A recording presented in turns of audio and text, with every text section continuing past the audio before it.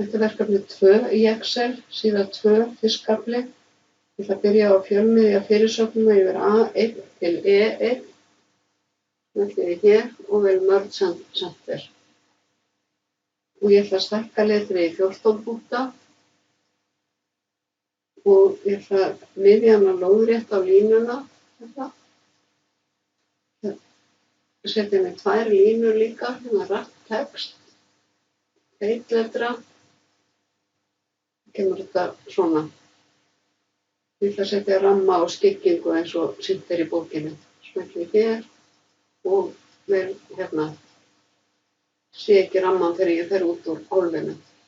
En sem sagt rætt text, það setur textan í 2 línur. Ég ætla að setja fyrirsagnirnar í G2 og E2 líka. Setja þær hérna í blokk og vel rætt text. Það búið að hægri stilla þær. Og ég ætla að setja A2 til C5 í blokk hérna. A2 til C5 í blokk og raða. Raða eftir tegund. Þannig að ég fer hérna í Sort and Filter, Custom Sort.